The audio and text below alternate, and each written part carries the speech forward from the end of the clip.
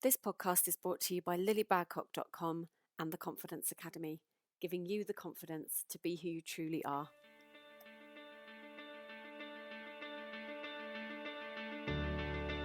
This is the Confidence Academy podcast.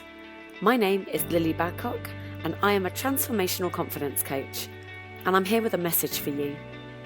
The anxiety and overwhelm you've been experiencing is not something to be feared or avoided. It's also not something that gets to define who you are as a person.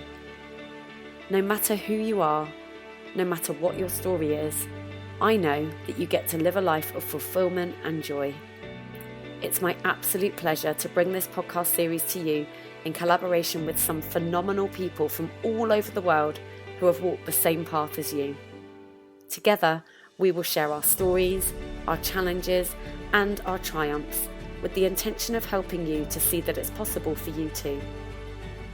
Anxiety may be something you live with, but it doesn't get to define who you are or how you live your life.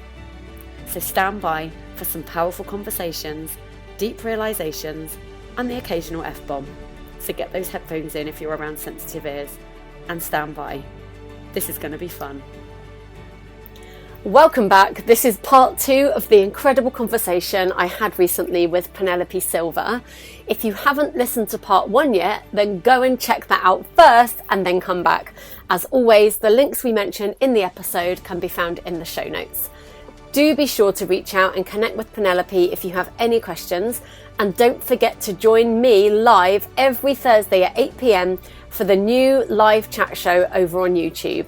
You can use the links below to send me your questions and comments. Okay, that's it from me. Enjoy part 2. So the other part of the work that we do with that before we actually do that Ikigai piece of work is working out what your core values are. A lot of people don't know. Again, they've never sat down and taken the time to consciously work out who they are. So I used to be a project manager. Are we all right for time? Yeah, of course. Yeah, I know I'm in flow. I know I rattle on once I get. No, I love it. I literally love it. So I used to be a project manager and I earned a very good wage doing that. But I also worked about 18, 20 hours a day. And my girls were tiny at the time. And I thought that it was what I had to do to pay the bills, to support them. Now, the flip side of that was that it meant I dropped them at school at 7:30 in the morning, picked them up from school at 6:30 at night. Never did the normal pick up in the school playground. There was lots of things I missed, like plays, parents' evenings, sports days, things like that, because I was always working. My job was also, I was working out of I was a project manager doing marketing installations. And what I would do is I would do my project management part of the job during the day. Then I would pick the kids up from school with, like, I would break in my neck to get home kind of thing, or to either pick them up. So there's like all this stress going on, that kind of thing. We'd get home, it was then they'd be starving. So then it was a rush to get the dinner done, sit them down, do the homework with both of them, they do whatever else they needed to do, like learn plays or do reading or whatever it is, spellings, this, that, I don't know, past papers, things like that. Then put them in the bath. Then put them in bed, read to them for a bit. By 9 o'clock, they're just going off. And then I come down and I start work again. And during this time as well, I've got men on site. So I'm trying to manage the phone. I've got like maybe 1,000 installers all over Europe doing stuff. I'm trying to give the kids time, give my installers what they need, what the client needs. So I then sat down and worked through the night. So I would then get up, probably go to bed about 1:30, have a quick nap, get up at 4 and start work again before the kids got up at 6, 6:30, and then I'm trying to get them breakfast into school and stuff. So the girls were achieving, they were thriving.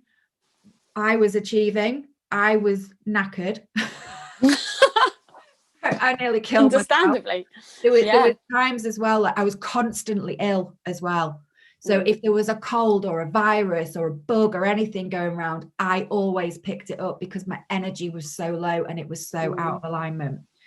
The reason why I'm telling you this was because there was when I was sitting in this energy, and again, it goes back to solar plexus energy. So it's that doing masculine energy all of the time, and thinking, if I just get to the next rung of the career ladder, I've made it, kind of thing. And then there's the next rung and the next rung. So this opportunity came up at work, and it was for a course called the Leaders of the Future course. And it was thousands of pounds, and I think there was it was an interview process, so you won your place on this course. There was 10 places, and I think there was about 100 people that went for it, and I managed to win. I secured one of the places, and I was so excited, and I thought, this is it, this is me. They're going to recognize me now within the business, and it's gonna I don't know what I'm trying to say, but it's going to almost make me a better person. I'm going to be perceived as a better person because I've won this place on this course. And also I love, me, personal development, like I eat, sleep and breathe it. So, I thought this is what I need. And we got there, and the first day that we were there, we had to do this sort of psychometric test. And I went through this paper, and the result came out that I shouldn't be a project manager. The result came out that I should be a healer. Wow. And I was like, shit. And I was like, in my heart, I knew straight away, because I'd already started when I left my ex-husband, I'd gone down the alternative therapies route, and I knew that those were the things that healed me. And that's why I do the things now. Yes. It's a business that worked for me on my healing journey. Yeah. And so I've got this piece of paper with this result on it, and I'm sliding it across the table because I'm trying to hide it from my manager, because I thought, she knows I'm in the wrong job. I know I'm in the wrong job. And now it's written down on a piece of paper, because the only way I can describe it is that I found everything very hard. So I used to look at my colleagues and I'd think, why do they just they were in flow. They were writing macro spreadsheets. That's not me at all. And, everything just seemed to be so easy for them. They just seemed to glide through the whole process, where for me, it was really clunky. And it was almost like I was learning everything all the time, and I didn't quite get the terminology and the jargon. And there was a lot of things as well that I didn't understand, like why you had to call a client back within an hour. So you were already, as soon as an email came in, the stress levels were high, because you're thinking, I've got 10 other clients to service, and I've got my 1,000 installers, and I'm trying to create a project here, and whatever I'm doing, I've got my work in progress to do as well. And you're like, stress levels were crazy. And some of the things that we were asked to do were almost impossible. Do you know what I mean? So I'm all for customer service, don't get me wrong, but some of the things just didn't sit right with me. I couldn't understand them, the structures and the processes. So what was I going to tell you? Values. So there was this one project that we delivered. Well, it wasn't one, actually, it was a few. And I couldn't understand why I was feeling so icky about all of this. And basically what we would do is we would get a marketing installation. So it would be, let's say, a really famous brand perfume. And they would pay hundreds of thousands of pounds to put these displays into places like Boots or Selfridges or Harvey Nicks or things like that. They would go in for 2 weeks, and then they would be binned. Now, I'm not a big eco warrior, but I couldn't get my head round, why can't they repurpose or recycle this stuff? I get it. And it was just, no, bin it. Wow. That there was, but at the time I hadn't done this work, so I didn't know about this. So once I'd done this work on values, I could clearly see, oh my God, that role was always going to be hard for me, because it doesn't fit in with my values. So the first part we do of finding your life purpose is working out what your values are, because they are your GPS for the rest of your life. They help you tap into your intuition, so that whenever you have to make any decision about your life, you go, does this fit in with my values? And if it doesn't, walk away. Just say no. And you know, once people, you know, people pleasers, they do this part of the work, it actually helps them to easily create healthy boundaries within their life, because they don't feel icky about saying no, or I don't want to do that. They know that they are being true to themselves and their values. Yeah, that's so true. I find this so interesting because my journey to life purpose has not come through any process like that at all. And yet it's exactly like you're describing. And I remember one moment sitting, I was just ready to do a 2-day examination with all of my performing arts kids, which was the business I had before this. And I used to feel so stressed, so stressed around those things, even though I was proud of the kids and I really enjoyed the performance aspect. I got so stressed out in any sort of exam scenario. And that was the case if it was me being examined or somebody else. It didn't seem to matter. It would just stress me out. And I remember it was the very last one I ever did. And I was sat in the mezzanine level, which is where you have all the sound and light. And I was there with the mixing desk and I had the light switches and I was looking down on the stage and it was just about to start. And I was just like, oh my God, I don't believe in this. I fucking hate exams. Like, because someone was coming in from this outside place to examine these kids that I'd worked with for months and months.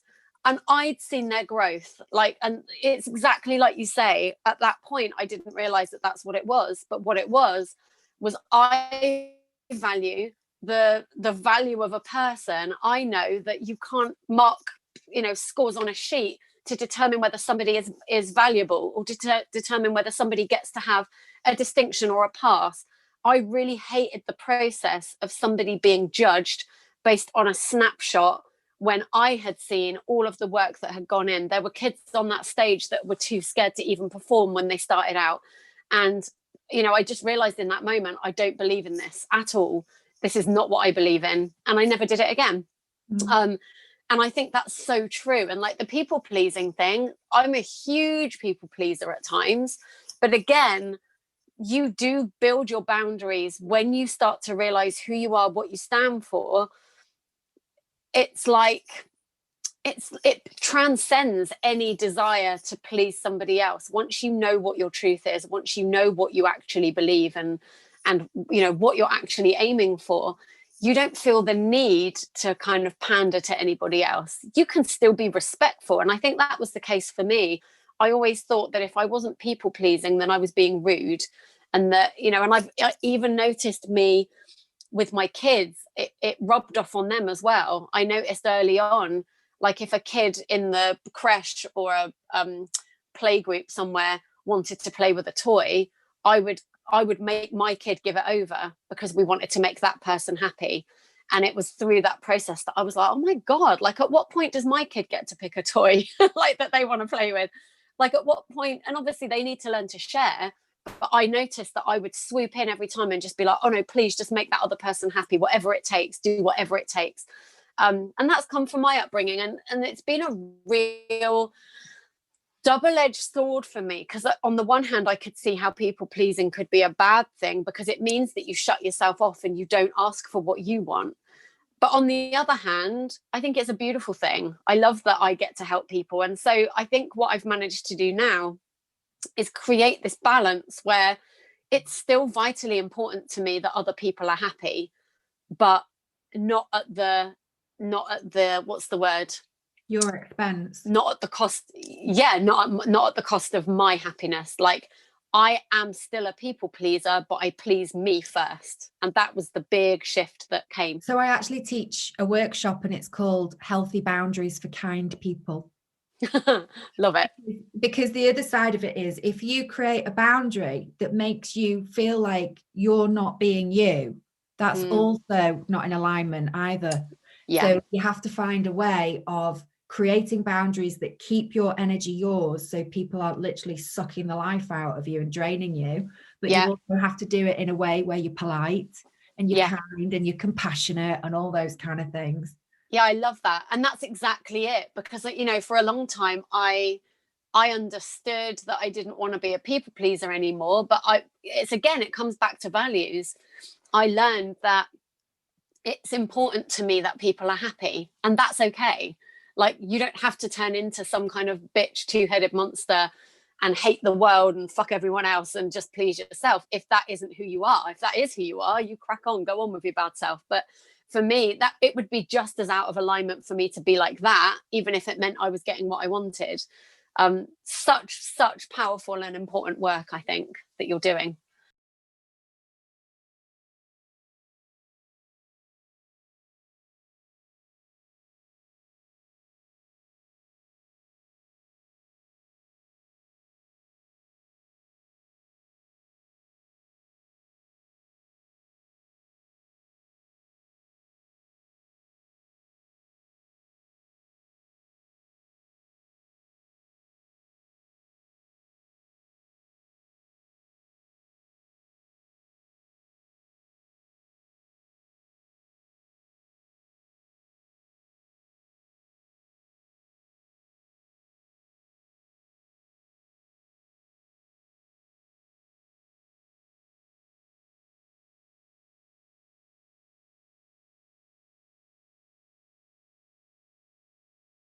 I love how in alignment our journeys have been, because, you know, we connected, what was it, 3-4 years ago, and not over a long period of time. I just think we clicked in that group, and I was like, yeah, come and be on my podcast, and you were like, what? In fact, I think, wasn't it that someone had pulled out and I needed someone for that day? I think I just went in a group and was like, I need someone to interview because my interview's fallen through, and you were like, oh, I'm shitting myself, but okay.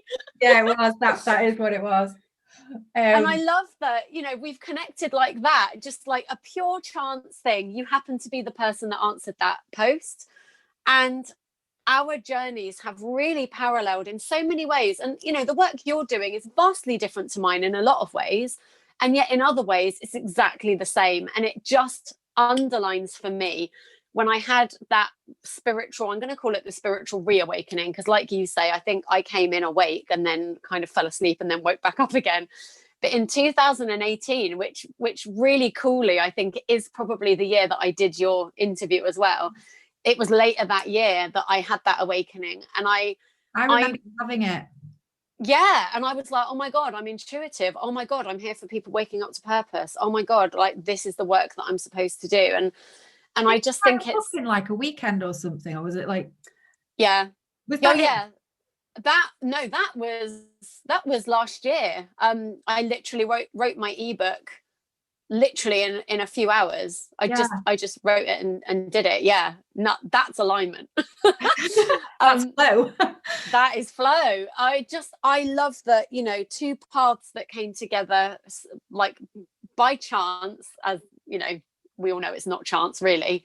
But we've gone that parallel. And like I was saying, when I had that awakening, my big awakening was in the shower, when I literally heard the message. And I'm not clairaudient or clairsentient or any of those clairs, but I heard a voice and it said, you are here for the people waking up to purpose. And I was like, okay, well then if that's true, what's the anxiety thing all about? And they were like, well, that's how people feel when they're out of alignment. And then I was like, so then why do I have a singing voice? If I'm not meant to be a singer, what's that? And they were like, that's how you talk to the humans. And I was like, oh, and suddenly all these things that had felt so separate pulled together. And then the very important message I received after that was, you're not the only one. There's an entire tribe of people the same that are waking up all at the same time. And I just think it's so cool that we connected that year. It was before I had that awakening, but we connected, and you are on your path and I'm on my path. And it just feels like we were always part of that same collective. And it feels to me now that 2018 was a year of mass awakening for people.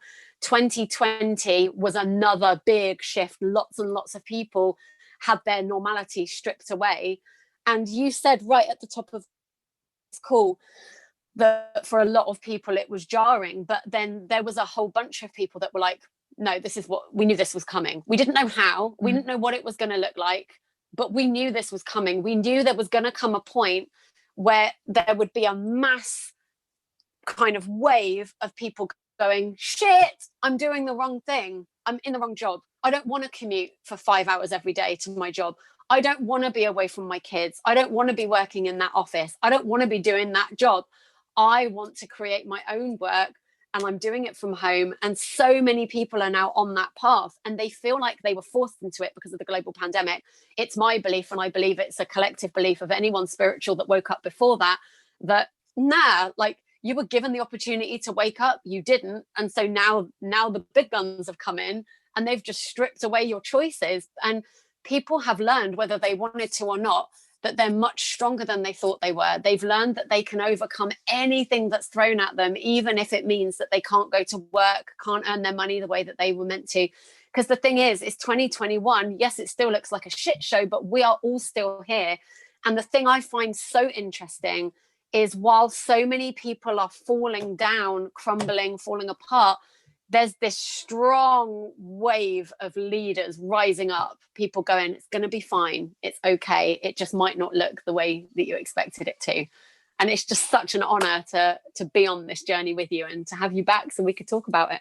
I think that for me, my perception of what happened last year was that, you know, we've lived in a world of consumerism for so long. And don't get me wrong, you know, I used to have a wardrobe full of Louboutins, and I tell you what, as soon as I can, I will have a pair of Louboutins again.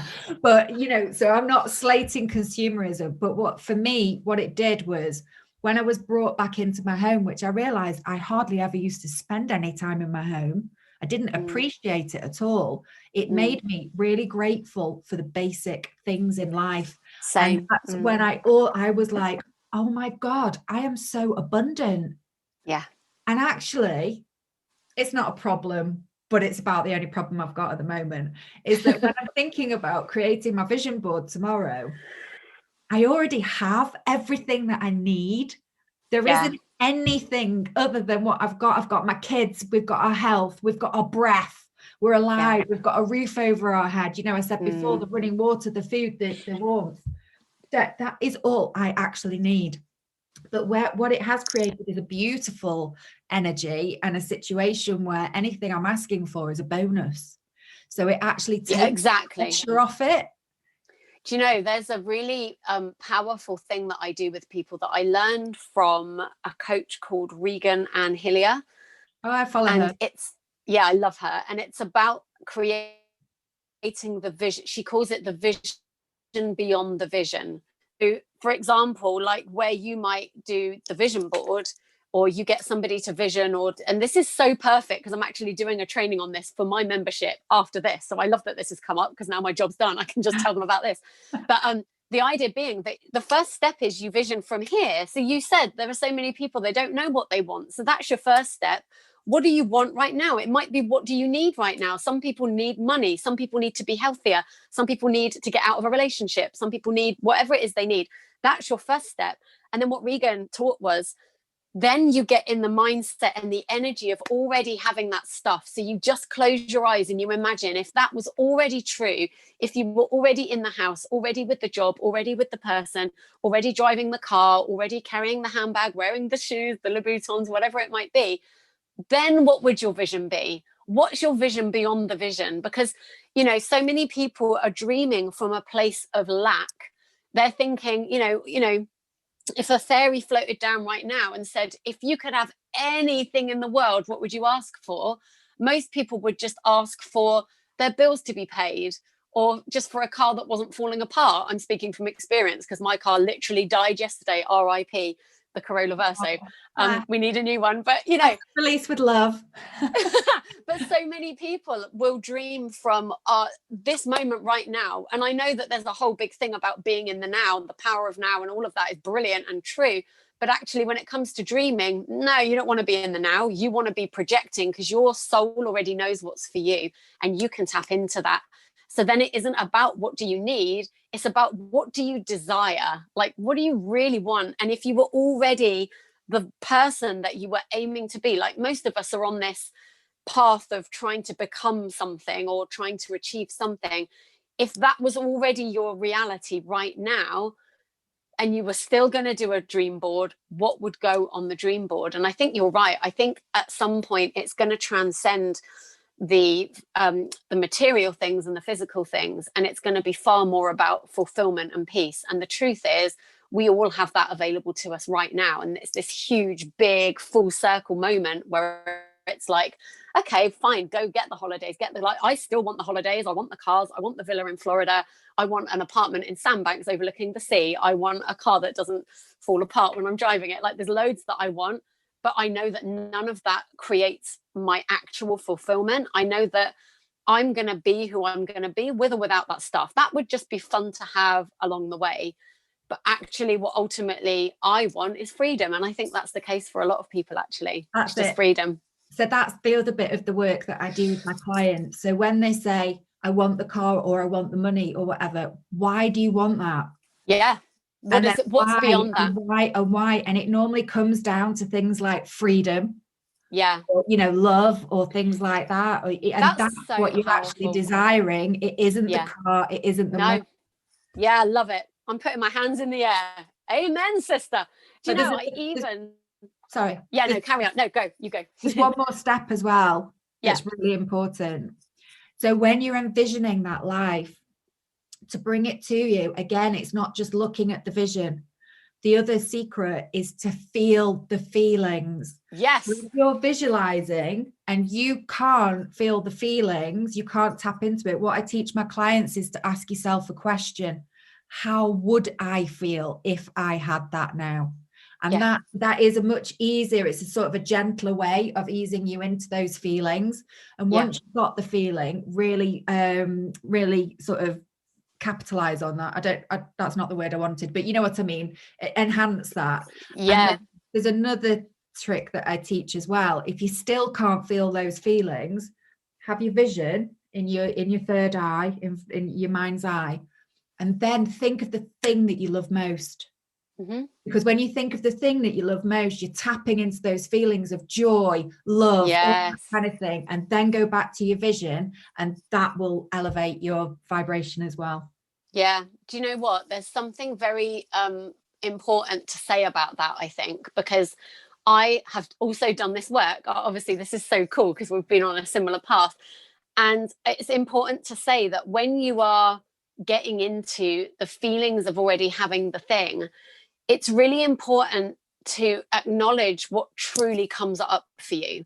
And so I'm going to explain. I was doing a program with a girl called Amanda Francis, who teaches money mindset, but actually quite soon into her program, you realize that you're not there to learn about money. You're there for spiritual lessons, and this is the point, isn't it? Like you just said, it's not about, you don't need the money. You don't want the car. You want what that represents. You want what lies beyond that.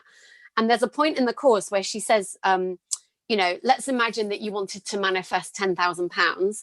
How would you feel right now? And this is what you were saying. She's getting you in the mindset of having it. So she's like, right, close your eyes and imagine you're walking down the road and I'm walking towards you and I've written you a check for £10,000 and I'm giving it to you. How does that feel? And what a lot of people in the course say is, oh, it feels amazing. Oh, I'm so excited. And these are my feelings. And I was like, no, do you know what? It's not enough. Like, that was my genuine reaction. 10K is not enough. Not because I'm ungrateful, because if somebody gave me 10K right now, that would be very nice. But because actually what I truly desire, what I truly want to call in is representative of far much more than that. And, we're getting into a whole conversation about money now, which is probably going to have to be for another day. But just really quickly, I think our spiritual lessons come in one of three ways. And I think money is one of those ways. And to me, for the longest time, I felt guilty when I had these grand dreams about being a millionaire. I felt guilty that I wanted the big house. I felt guilty that I wanted all that money and that freedom and that ability to travel and all of that, until one day I realized that the money was just the representation of the impact that I know I'm meant to have. And so it flipped it completely around, because it was not about, oh, I want the money because somehow the money makes me a good person or whatever. I was actually tapping into my potential. I was tapping into the fact that I know I'm supposed to impact millions of people. That isn't the case for everybody, but it is the case for me. I've known it since I was 2 years old, and I've always followed the things that I thought would get me that impact, or that would put me in that place of having that impact.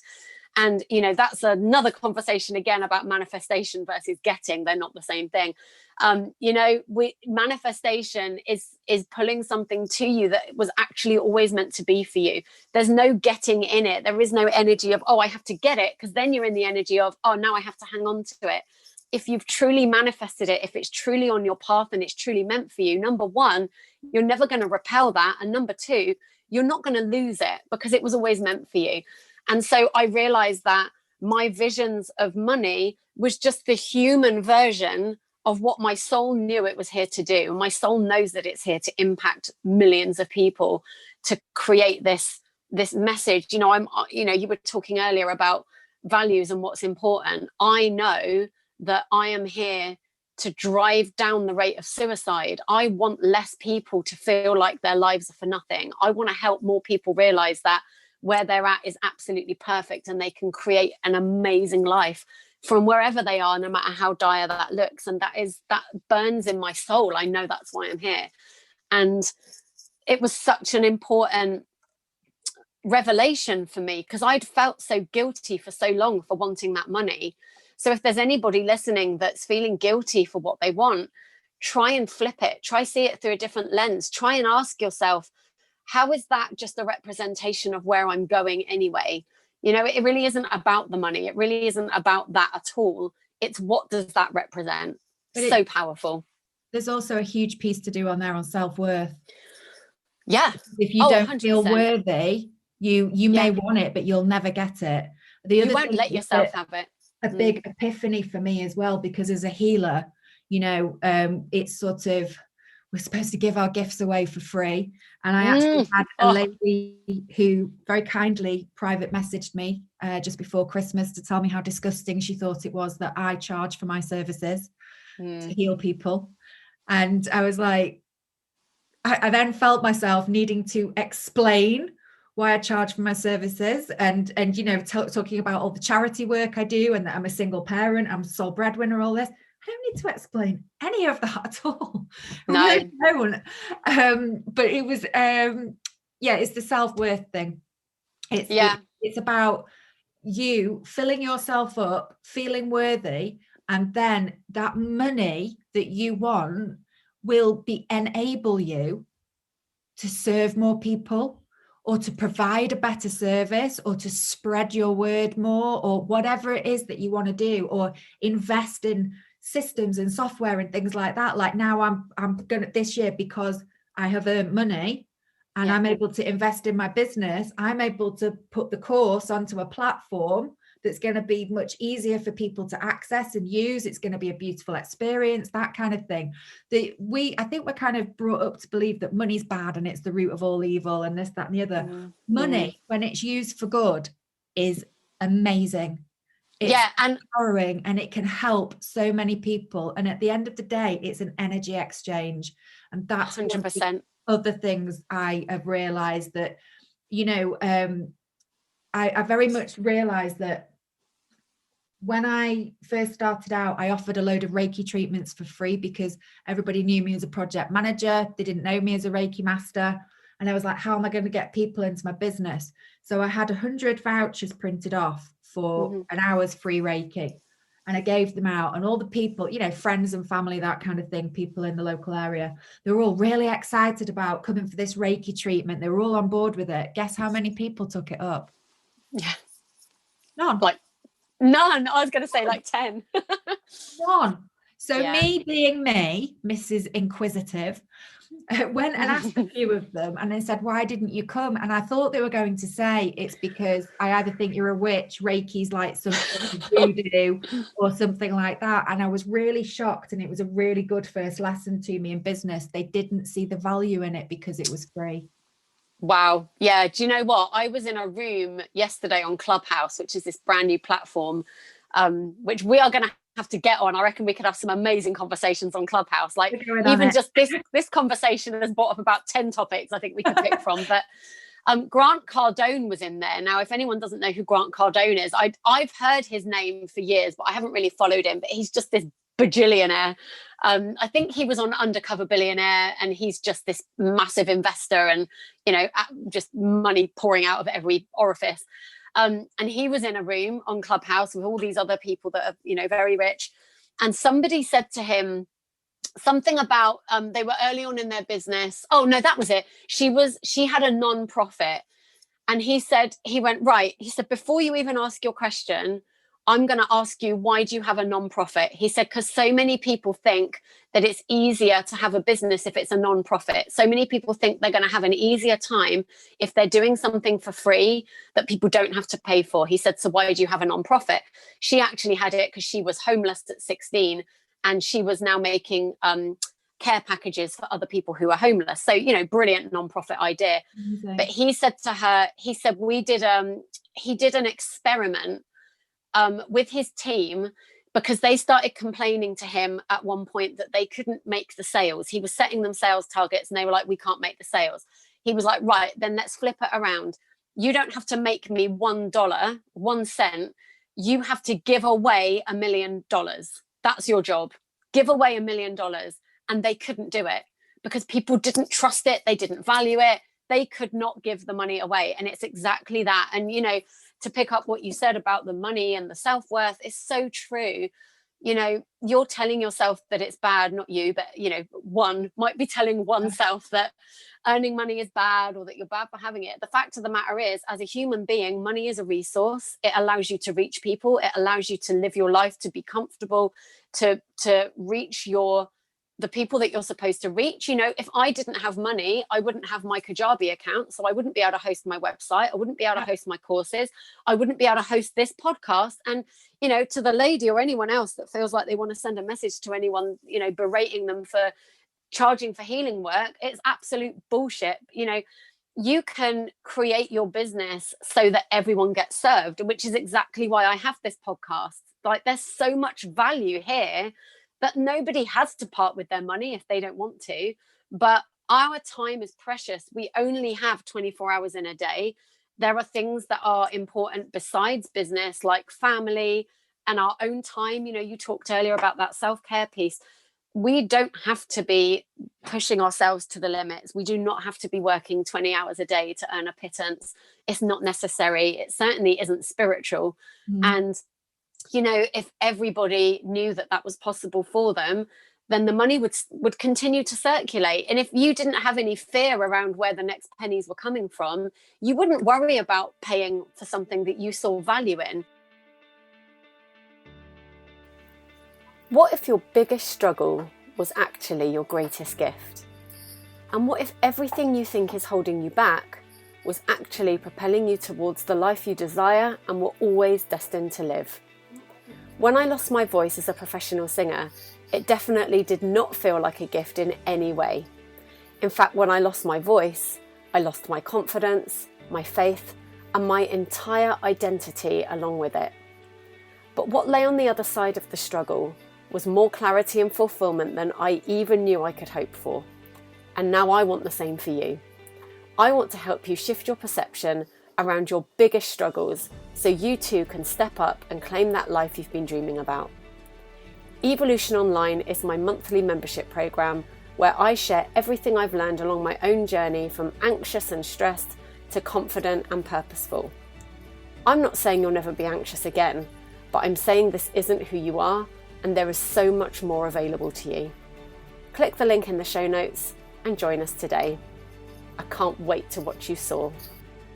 And, you know, you shared earlier about being on the menu and picking the cheapest thing. So many people have created their lives because, you know, and I've been that person so many times, gone in a shop and gone, right, I need something to wear. Like, where's the cheapest thing? Instead of going, what do I want? I've got a cool story about that before I wrap this up, because this could go for like 5 hours if we let it. We're bad at this, aren't we? You guys are going to have to follow us on Clubhouse. Penelope, what's your Clubhouse handle if anyone's on there? Well, at the moment it's Lady Penelope, but I'm going to change it today to just Penelope Silver. Oh, I love Lady Penelope though. I'm thinking of a scarf like flapping behind you in wacky races. I am actually Lady Penelope. Oh, shut up. Somebody bought me the title for Valentine's Day one day, and I've never used it. So when it came on Clubhouse, I thought, I am having that. But then in the Clubhouse room, and someone said, no, it needs to be consistent with your Instagram handle and your Facebook handle. So I was thinking of changing it, but I do love my Lady Penelope. I don't think the name needs to be. I just think your bio needs to be very clear, so that when people click on it, they can see who you are, what you do, and that there's a link to your Instagram. That's my take. But well, I'm staying as Lady Penelope on Clubhouse. Yes. So look for Lady Penelope, and I'm Lilli Badcock, because I just thought, there aren't many of them around, so we'll just keep that name. If you've enjoyed this conversation, I feel like Penelope and I are going to be Lady Penelope, and I are going to be hanging out on there a lot. We have a lot to talk about. But yeah, I don't even know where I was going from there. But I had one more thing to share. What was it? It's probably not important if it's not coming through. But anyway, Clubhouse. No, not sorry. No, this is perfect. And I can see 222 on my machine right now. So that is just oh yeah, me too. Absolute perfection. Just to wrap all of this up, I think that the underlying theme of this whole podcast was, the truth inside of you. So get back to that, fuck anything else that comes into your head or from anyone else that tries to tell you who you should be, what you should be doing. It already. And the thing I love, Penelope, you've had 4 years in business now where you've created this amazing process, but you are no different to the person that I spoke to 4 years ago. Like that, the light was already on, the magic was already there. You've just enhanced it because you've seen it for yourself, and that's possible for everybody listening.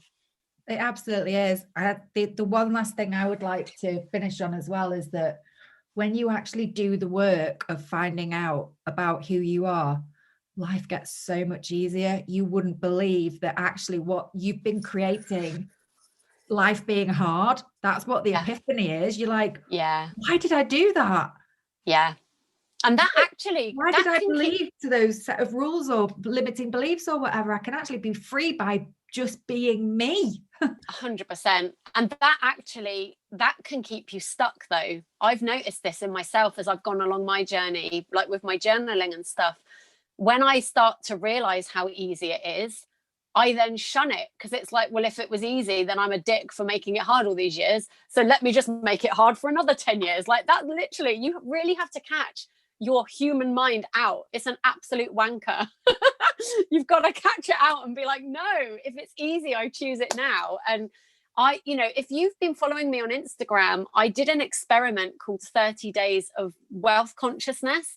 I just wanted to know what would happen after 30 days if I just did daily affirmations. I meditated daily. I fell asleep to guided visualizations, meditations. I did journaling. I literally just did everything. I threw everything at it. I wasn't very good at updating Instagram every single day, but there's a whole thing now on my highlights that you can click to follow along. I'm about to do the final update, and my own mind is completely blown, to be honest, because guess what? The money that I manifested in that time, for the most part, didn't come the way that I had expected it to, or the way that I thought it had to. I thought that I had to suddenly create this £1 million business to make the money. I've made the money anyway. My business is better, getting better all the time, as it always has done. But the money found its way to me in unexpected ways. And that's the point, isn't it? I'm sure you see that all the time with your students doing their vision boards and stuff. Like, true manifestation means that you just open the channels and you let it come.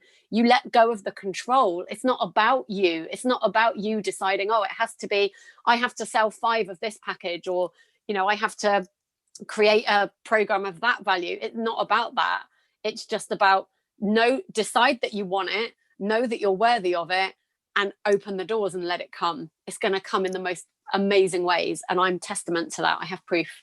Well, you are very insightful and enlightened, because I have a 21-day manifesting challenge. So that just drops into people's inboxes every day. And at the beginning of it, we set the goal. And then right at the end of it, I say, I'll let you into a secret. That wasn't the goal at the beginning, wasn't your actual goal. Yeah. About clearing your energy, bringing yourself into alignment, opening your mind to, I know we're in the infinite possibilities group, opening your mind to the infinite possibilities that are out there. And that is the aim of the challenge. Yeah, I love that. And do you know what? Actually, almost, I was going to say most, but I think all of my favorite spiritual teachers have a version of that. They have a program, like I said, singing is how I talk to the humans. For me, it's singing. For me, on my shop front, it's like, come and see me and I'll help you to sing. And then they get in and I'm like, that's not why you're here. Like, I can help you to sing, sure, but that isn't why you're here. Like, you're here for a soul awakening. Get ready, let's go. And, you know, and for so many people, it's the same. Like Amanda Francis teaches money, but it's not about the money. It's about waking up. And, you know, it's so, so, so powerful. Penelope, I've just loved it. This has been so good.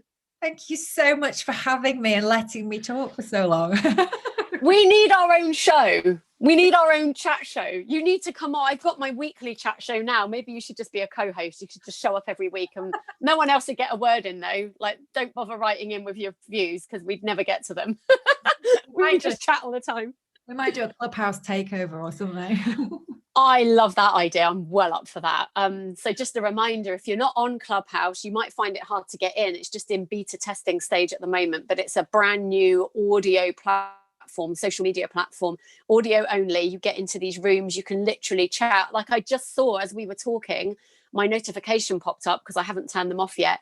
And Natasha Hamilton from Atomic Kitten had just jumped in a room. She now has a podcast and is all about wellness and stuff as well. So if I'd chosen to, I could have just gone in a room and chatted with her. Like another one's just come up now, Rob Moore, another really well-known entrepreneur, just hanging in a room, answering questions. You know, Gary V's on there. There's just so many amazing people doing amazing things. And it's such a great way. You can just listen in or you can speak. And then obviously, you know, I've had so many people follow me and check out my podcast, follow me on Instagram as a result of just hanging out in those rooms and chatting. So yeah, it's my new favorite thing. 100%. I need to. I literally joined this week and I've just been, I spoke for the first time in a room the other day and it was with Katia Verbanova and Shah Wasmond or someone like that. And yeah. You think about it, you would never get near them unless you went to like one of their like events or something like that. And even then you'd probably only sit there and watch them. So to be actually, like, I don't want to sound starstruck, but I just think the opportunity is there to actually speak to your, is idols too big a word? Yeah, no, completely true. Yeah, no, I mean, I've got a massive crush on Gary V. It's well documented. I think it's true love, actually. I just love him. But the fact that I can just get in a room and chat with him, I mean, if he finds out about me, he'll probably have someone block me or something because that sounds a little bit stalkerish, but it is what it is, you know, I'll take it while I can. So you guys, we're going to put those links in the show notes. Penelope, for anyone that wants to follow your work, sign up for one of your VIPs or a one-to-one, how do they find you? What's the best way to follow you? Apart from Clubhouse, Lady Penelope. Yeah. So on Instagram and Facebook, I am Penelope Silver UK, and you can either message me through either of those social media sites. I do love to chat to people, so please do DM me if you want to. Email is blossom@penelopesilver.co.uk and my website is www.penelopesilver.co.uk. Love it. And all of those links will be in your show notes, as always, to everybody listening. So go and check those out. And thank you so much for coming back on. It's just been brilliant. I've loved it. Thank you so much, my soul sister. Soul sisters for life. We're holding up hearts. Well, I'm holding. Oh, she's got one back. Yes, I love it. To everybody listening, I want to know what you thought of this. And this is the exciting thing. So there's now a weekly live Q&A/podcast session that I'm doing every Thursday at 8 p.m. And so next week, I believe Penelope is going to be coming on to answer your questions. So if you've got a question for Penelope, what is the matter with me? I need to start drinking, I think. If you have a question for Penelope, if you want to talk about this episode or anything else, then join us. I'll be live on Instagram 8 p.m. Thursday, and it also goes out on YouTube. And I'm just in the process of arranging for it to go out on Facebook as well. So again, links will be in the show notes. Penelope and I would love to hear from you. You can leave us a voice note, you can come on live, or you can just write to us. So all of the options will be there. You'll see what you have to do. It's all very simple. And we'd love to know what you thought of this. We think we're brilliant, but you know, if you think we're brilliant, then let us know. If not, it's just us, but that's okay. Well, I've had a fabulous time anyway, so thank you. Oh, have I? Oh, guys, remember, confidence is yours as soon as you choose it. I hope you will check those links out, and we hope to see you very soon on a live episode. Look after yourselves and take care. Lots of love. Bye. And that is a wrap. Penelope Silver, you can have an award for the most fire dropped in one go. The fact that I had to split this into 2 episodes just goes to show how amazing you really are, and I'm so insanely grateful to have had you back on as my guest. Guess what, you guys? After this chat, Penelope and I decided to officially launch our very own Clubhouse chat room every Tuesday at 8 p.m. I know, you're going to need a timetable at this rate to keep up with everything that's going on. But if you're on Clubhouse, make sure that you're following Lady Penelope and me, Lilli Badcock, and we will look forward to hanging out with you in a room very, very soon. If you're not on Clubhouse, you can go and get on their waiting list. So I'll put a link to Clubhouse in the show notes as well, and you can go and reserve your name. And as soon as you get invited on, then you'll be able to join us as well. We're going to be there every single Tuesday, you guys, at 8 p.m. And there we have it. I'll be back again next week with another incredible guest, and I'll be live on Thursday over on YouTube for the weekly live chat show. So I really hope that you'll join me then. In the meantime, have a wonderful week, whatever you're doing, and look after yourselves. Massive love. Mwah.